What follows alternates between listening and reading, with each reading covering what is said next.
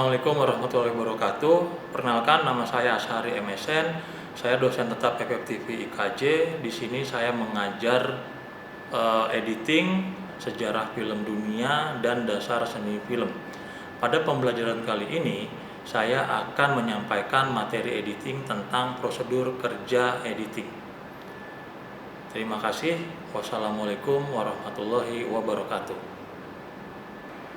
Baik, sebelum kita masuk ke pembahasan materi kuliah, saya akan menjelaskan RPS-nya dulu ya. Jadi ini mata kuliah editing dasar di semester Gasal ya, dengan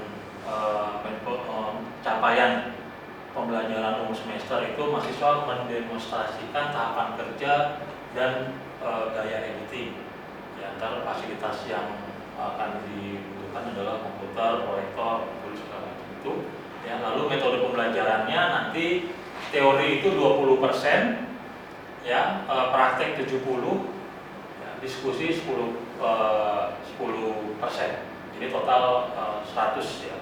Kenapa banyak di praktik? Karena nanti akan teman-teman akan coba praktik ya, bagaimana mengaplikasikan apa yang nanti sudah saya jelaskan ke dalam film ya. Nah, ini proses pembelajarannya ya. Lalu capaian pembelajaran khusus semester ya, mampu mengidentifikasi definisi dan fungsi shot ya, mampu mengidentifikasi definisi editing, lalu mampu mengidentifikasi unsur di dalam shot berdasarkan perspektif editing, lalu mampu mendemonstrasikan gaya editing, mampu mendemonstrasikan metode editing, mampu mendemonstrasikan berbagai alat editing atau berbagai software editing ya, lalu mampu mendemonstrasikan tahapan kerja editing.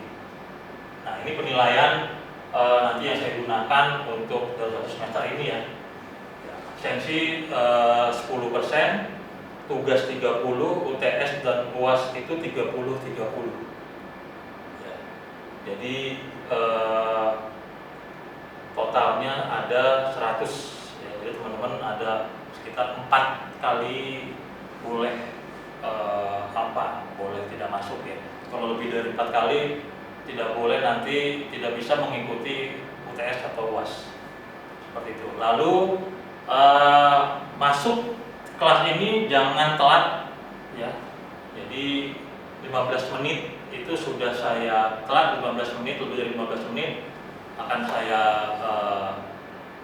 tutup pintunya, akan saya kunci dan tidak saya absen seperti itu. Selanjutnya ini pokok bahasannya ya. Pokok bahasan nanti selama satu semester ini yang akan kita bahas ya, introduksi, lalu definisi editing, ada shot, unsur dan tipe-tipenya di pertemuan ketiga yang akan membahas shot, unsur dan tipe-tipenya. Pertemuan keempat itu tentang metode cutting ya, kelima metode editing, lalu keenam teknologi editing, dan ketujuh tahapan editing yang nanti akan membahas tahapan kerja editing. Lalu pertemuan ke-8 UTS ya. Jadi akan ada ujian tertulis ya di UTS-nya ya. Jadi akan dites bagaimana pemahaman teman-teman ya. Selama setengah semester ini akan dites secara tertulis seperti apa pemahaman teman-teman. Lalu setelah UTS masuk ke materi ke-9, gaya editing realis, gaya editing realisme. 10 gaya editing klasisisme ya, klasik, gaya editing klasik. Ke-11 gaya editing formalisme. Ke-12 konstruktif editing dan gaya formalisme. Ke-13 abstrak cutting dan gaya editing formalis. Ya, nanti akan kita bahas sineas Rusia seperti itu. Lalu ke-14 terakhir itu persiapan praktek ya, ini untuk UAS-nya, ujian akhirnya ya. Jadi ini lebih ke prakteknya nanti. Ya, jadi bagaimana teman-teman dari selama 1 semester ya di mata kuliah ini kan bisa menganalisis shot, ya, analisis adegan, analisis gaya editingnya seperti apa, seperti itu. Ya, jadi ini RPS yang sudah saya sampaikan ya, semoga teman-teman nanti bisa dipahami ya. Seperti ini nanti kita akan bahas. Ya, ini tentang materi tahapan prosedur kerja editing. Ya, jadi nanti ini membahas tentang bagaimana materi syuting yang telah dihasilkan di lapangan itu nanti akan kita siap edit gitu ya. Jadi teman-teman memahami bagaimana cara untuk mengedit dari awal sampai akhir. Ya. Nah, ini tahapan pertama adalah sinkronisasi. Ya, sinkronisasi di sini antara gambar dan suara, karena kita akan syuting biasanya di lapangan itu syutingnya menggunakan double system. Pada saat syuting itu antara kamera dan suara itu direkam secara bersamaan. Ya. Jadi gambar sendiri dan suara sendiri. Nah, itu nanti hasilnya kita akan sinkronkan antara gambar dan suara itu. Ya. Jadi tahapan pertama pada saat kita menerima materi syuting, ya, editor akan melakukan sinkronisasi dulu ya, antara gambar dan suara. Dari mana kita mensinkronkannya? Nah, kalau teman-teman tahu pada saat syuting itu ada yang namanya clapper. Ya, clapper itu sejenis penanda antar shotnya. Jadi nanti ada scene berapa, shot berapa, take berapa. Ya, jadi nanti dari situ ya kita sebagai editor akan mensinkronkan gambar dan suara. Jadi biasanya kalau pada syuting itu pada saat syuting kamera speed gitu ya, sound roll ya, nanti langsung disebut tuh ada krunya yang kamera take 1, shot 1, scene 1, baru terbunyi clapnya. Nah, dari situlah kita akan melakukan sinkronisasi gambar dan suara. Ya, itu dilakukan pada saat nanti di editing di komputer ya. Jadi pada saat nanti teman-teman buka aplikasi editing ya, nanti tinggal di drag antara gambar dan suaranya, lalu dicari clappernya, scene berapa, shot berapa, take berapa, lalu dengan suaranya juga sama ya, karena akan merekam duanya tadi ya, karena double system itu tadi, gambar dan suara. Ya. Selanjutnya itu ada screening rushes atau preview materi. Ya, screening rushes atau preview materi. Jadi materi yang sudah kita hasilkan, yang sudah dihasilkan di lapangan itu harus kita tonton sepenuhnya. Ya, harus kita tonton. Jadi materi misalnya syutingnya menghasilkan 10 tera, itu kan sangat banyak ya, 10 tera. Teman-teman akan melihat semua materi yang sudah dihasilkan. Ya, jadi ini istilah ini sebenarnya diambil dari film ya. Jadi pada dasarnya seorang pembuat film harus menonton seluruh materi yang akan diedit, dan ini wajib. Jadi setelah kita sinkronisasi gambarnya, ya, gambar dan suaranya, lalu kita akan mempreview semua materi syuting yang ada sebelum diedit, itu wajib. Ya, ini nanti teman-teman bisa melihat apakah materi ini sesuai dengan cerita, skenario yang ada, apakah materi filmnya sesuai dengan konsep yang sudah dibuat. Ya, seperti itu. Jadi teman-teman bisa melihat nanti materinya tuh sudah membaca skenario, sudah tahu konsepnya seperti apa, lalu teman-teman akan melihat materi syutingnya, hasilnya seperti apa. Nah, itu disesuaikan di kepala tuh udah, oh ini gambarnya seperti ini, oh shotnya sudah lengkap, atau scene-nya sudah lengkap atau belum, apa yang kurang. Ya, jadi bisa dilihat semua materinya di preview ini. Jadi teman-teman setelah sinkronisasi harus melihat. Jadi 10 tera itu harus dilihat. Nah, ini ada proses di lapangan ya, di produksi itu ada film dokumenter udah tayang sih, udah lama. itu materi syutingnya tuh 16 tera. Jadi kalian bisa bayangin 16 tera itu udah kayak buat server. Ya ini syutingnya. Jadi sutradara itu membutuhkan waktu 2 minggu untuk mempreview materinya. Jadi 16 tera ditonton semua, ya. Lalu diseleksi, nanti dilihat, nanti akan dipilih, ya, menjadi membutuhkan 2 minggu untuk menseleksi gambar-gambar mana yang sesuai dengan cerita. Nah, selanjutnya ada selection of shot. Ya, ini ada yang namanya logging dan ada pemilihan shot yang akan kita gunakan dalam film kita. Nah, logging ini artinya pencatatan materi ya. Jadi tadi setelah tadi kita preview materi, ya kita akan mencatat. Ya, setelahnya kita mencatat tadi apakah scene ini lengkap, ya sesuai dengan skenario atau konsep yang ada. Karena biasanya syuting itu membutuhkan, kadang sutradara itu biasanya suka ada eksplorasi ya di lapangan. Jadi ada penambahan ide, ada penambahan shot. Nah itu akan menjadi catatan, ya catatan materinya. Ya lalu nanti bisa dipilih shot yang akan kita gunakan dalam film yang mana. Ya kan itu banyak kali tuh, ada 10 tera gitu kan.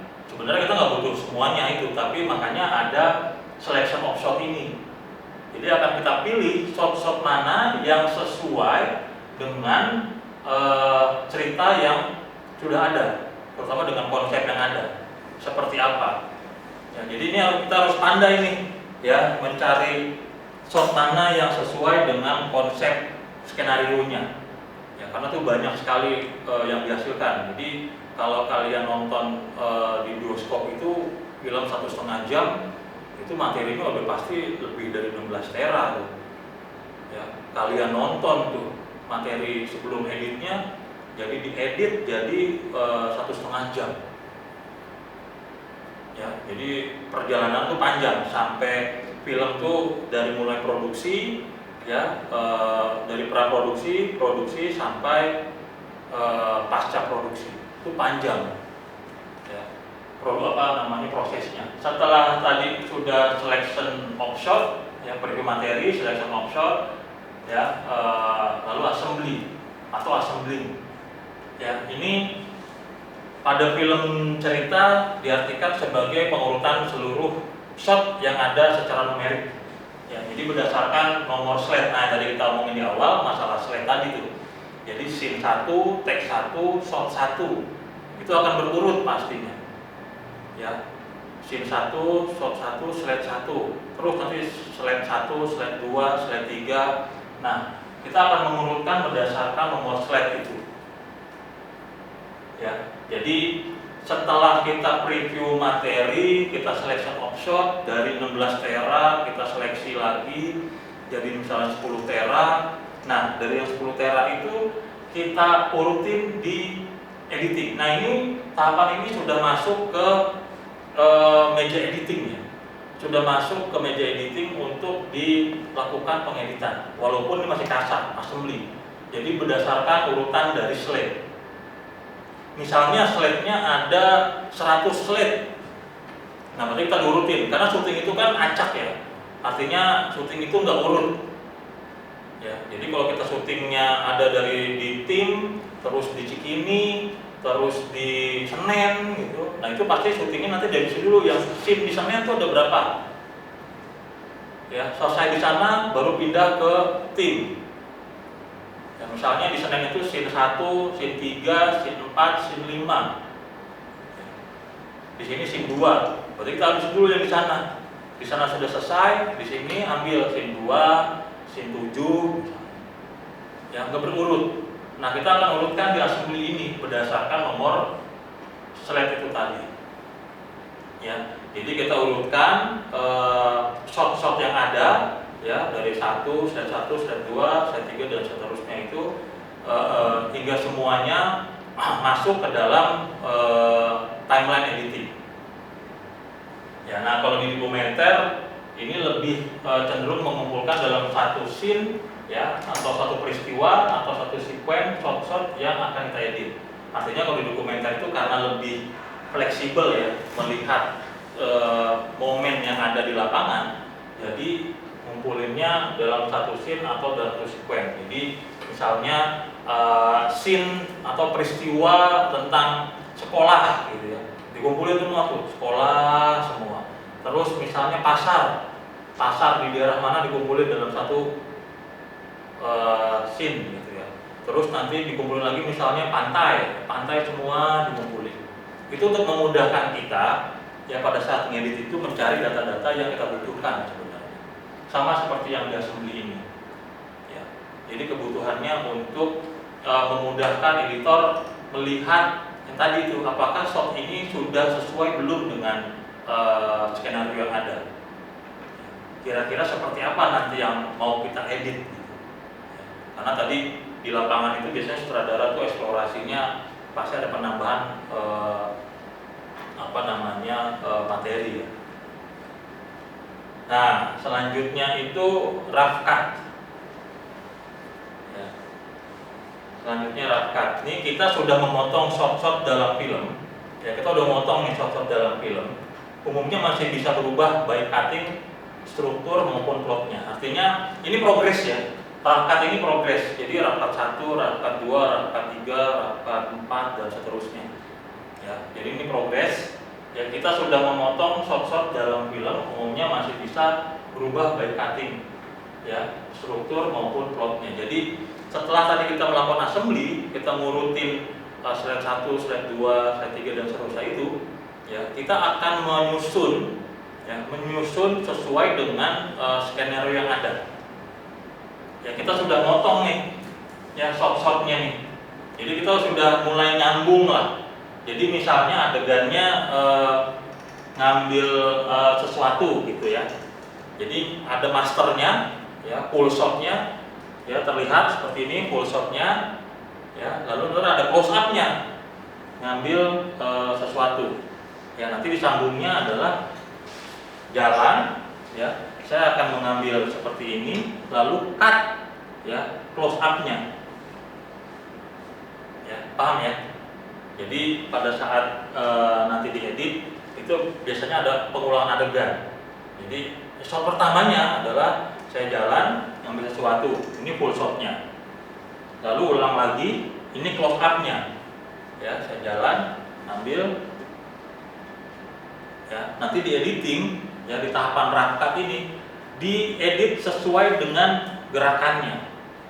Nah, ini yang kalian tonton di bioskop itu seperti itu. Jadi gerakannya itu tidak terasa ada potongannya lah gitu. Walaupun itu ada potongannya, jadi nggak ada cek gitu ya. Jadi kalau misalnya halus gitu antara full shotnya lalu close upnya tuh kayak nggak ada potongannya. Nah, itu disebut nanti invisible cutting nih. Jadi nggak terlihat gitu potongannya ya. Nah, di tahapan rough cut seperti itu. Jadi kalian potong semua ya adegannya, ya, sesuai dengan pergerakan dalam ceritanya. Jadi kalau di assembly itu tadi 10 tera sekitar 1,5 jam materinya tuh, ya, di tahapan rough cut ini bisa lebih sedikit karena udah ada pemotongannya. Jadi 1,5 jam ya bisa jadi misal jadi setengah jam, jadi 30 menit. Ya, karena ada proses ini nih. Ya. Dan itu berprogres dari rough cut 1, rough cut 2, rough cut 3 gitu. Ya. Jadi dari sini kalian bisa membuat alur struktur ceritanya. Walaupun tadi masih berubah ya, masih bisa berubah. Makanya nanti di rough cut 1 biasanya sutradara itu hadir untuk diskusi dengan editor itu di rough cut ketiga gitu. Selanjutnya setelah melakukan rough cut ini kita lakukan namanya fine cut dan trimming. Ya, fine cut dan trimming. Nah, kita sudah memotong shot-shot dalam film sesuai dengan apa yang kita harapkan. Ya, kemudian dilakukan penajaman atau trimming. Kalaupun ada perubahan dimana sedikit. Artinya kalau tadi di di rough cut tadi ya. Kalau di rough cut tadi itu kita motongnya tuh namanya juga rough cut ya, motong kasar gitu. Jadi kita motongnya tuh udah tinggal penyesuaian aja pergerakannya seperti apa, motong yang tadi misalnya kurang gerakannya tuh kurang halus gitu ya. Nah, di tahapan trimming ini kita haluskan ya. Jadi kita sudah memotong shot-shot dalam film sesuai dengan apa yang kita harapkan, kemudian dilakukan penajaman trimming ya. Jadi kalau di rough cut tadi misalnya tadi 1,5 jam ya, terus dilakukan rough cut jadi 30 menit. Nah, di trimming ini bisa jadi durasi jadi 20 menit ya, karena dilakukan penajaman. Ini filmnya durasinya misalnya 15 menit ya. Jadi kalian bisa bayangin tuh banyaknya materi yang harus kalian edit dari 1,5 jam materi raw materialnya, kalian rough cut ya, assembly 1,5 jam, rough cut jadi 30 menit ya, lalu trimming jadi 20 menit ya. Jadi ini kalau ada perubahan sedikit perubahan struktur itu sedikit. Jadi bukan banyak gitu ya, harus dirubah sini, rubah situ, bukan. Jadi ini lebih ke antar shotnya aja, penajaman antar misalnya dari full shot ke medium misalnya, atau dari close up ke deep close up misalnya. Ya, dari close up seperti ini ya ke deep close up misalnya. Atau sebaliknya dari full shot ke medium. Nah, itu penajaman aja. Ya, makanya di sini tuh perubahannya tuh sedikit. Jadi cuma dilakukan trimming ya. Makanya disebutnya fine cut. Ini yang membedakan antara editor satu dengan yang lainnya, karena pemahaman masalah editing ya, teori editing itu sangat penting di sini. Ya, berceritanya, logika cerita, teori tentang editingnya, ya, di sini sangat penting pengetahuannya. Lalu setelah dilakukan fine cut, nah final edit atau picture lock, ya, final edit atau picture lock. Nah, ini hasil akhir dari sebuah editing. Sebenarnya istilah ini offline, ya. Jadi ada dua istilah, editor offline sama editor online. Nah, di tahapan ini final edit picture lock. Jadi setelah tadi kita rough cut, misalnya kita berhenti di rough cut 10, sutradara udah oke gitu. Nah, kalau misalnya sudah oke, jadi ada istilah namanya final edit atau picture lock atau pick lock. Oh, ini oke nih, sip, di pick lock aja. Ya, artinya tadi dari 20 menit jadi 15 menit. Kita lakukan trimming jadi 15 menit. Itu udah sesuai dengan skenario-nya, dengan konsep yang ada. Jadi dari 15 menit itu sudah hasil akhir dari editing untuk menyusun strukturnya ya. Untuk menyusun strukturnya sudah selesai sebagai film. Ya, sudah picture lock. Ya. Nah, sampai pada tahapan ini, ya, ya, semua pemotongan masih menggunakan cut. Jadi belum ada tuh optical effect seperti dissolve, white gitu, itu belum ada. Jadi kita masih menggunakan cut. Cut ya tadi ya. Jadi dari medium dari medium shot ke close up misalnya, atau ke big close up, itu cut. Jadi tidak ada dissolve-nya. Ya, dikasih efek tidak ada.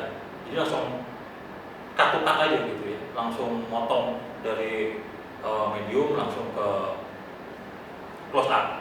Nah, ini tahapan yang tadi itu offline tadi namanya ya, itu digunakan hanya cut saja. Nah, setelah selesai ya film tadi kita itu ya sudah di tahapan cut tadi ya, tahapan offline tadi ya, sudah picture lock, baru kita akan masuk ke tahapan selanjutnya namanya online. Ya, online editing. Jadi ini barulah di sini ada penambahan optical effect ya, seperti dissolve, fade in, fade out, white gitu misalnya.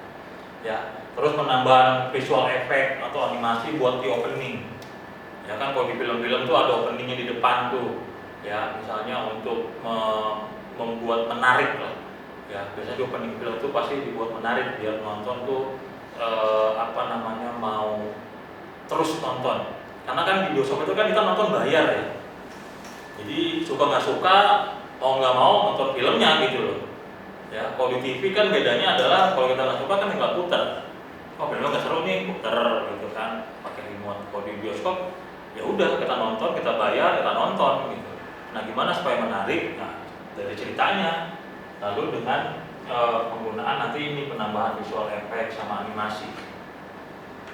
Ya, jadi ini nanti yang dikerjakan sama editor online.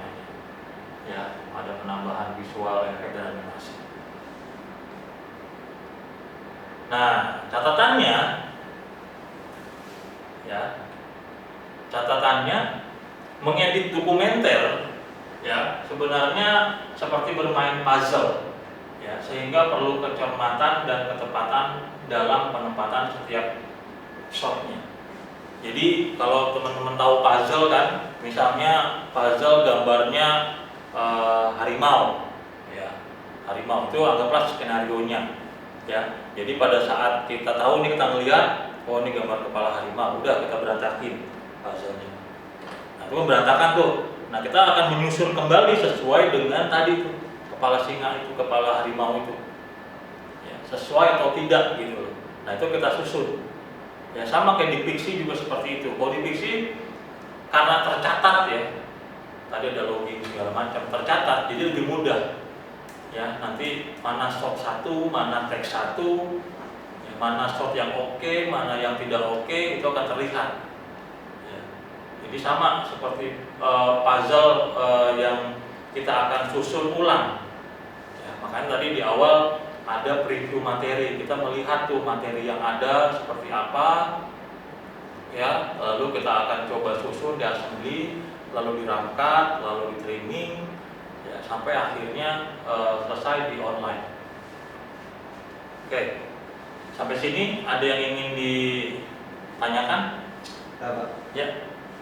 Saya mau menanyakan tentang perbedaan editing offline sama online, Pak. Oke. Ya, editing offline dan online. Nah ini ada dua istilah memang ya. Jadi editor offline dan editor online. Jadi kalau editor offline itu lebih kepada pengerjaannya kepada struktur, ya struktur cerita. Jadi prosesnya adalah seperti yang tadi tuh. Kita akan preview materi, kita akan sinkronisasi, preview materi, selection of shot, terus assembly sampai rakan. Itu akan kita lakukan. Jadi bertanggung jawab menyusun struktur biar sesuai dengan skenario atau konsep yang ada. Itu editor offline. Nah, kalau editor online itu seperti ini. Jadi dia akan mengerjakan tahapannya lebih ke memberi sebuah efek optical effect. Ya, itu kebutuhan, itu tergantung kebutuhan. Jadi dalam film itu misalnya ada kebutuhan untuk dikasih efek dissolve misalnya, atau fade in fade out di bagian yang mana, di scene yang mana yang akan dikasih fade in dan fade out. Nah itu dilakukan sama editor online. Jadi ini ada dua job desk sebenarnya. Ya, jadi ada editor offline sama online. Ya, kalau online itu lebih pengerjaannya seperti ini, penambahan visual effect, membuat animasi untuk kebutuhan di filmnya. Itu sih. Oke. Sampai sini ada lagi yang ingin ditanyakan? Baik, kalau tidak ada, terima kasih. Kita akan ketemu di pekan depan dengan pembahasan selanjutnya. Selamat pagi.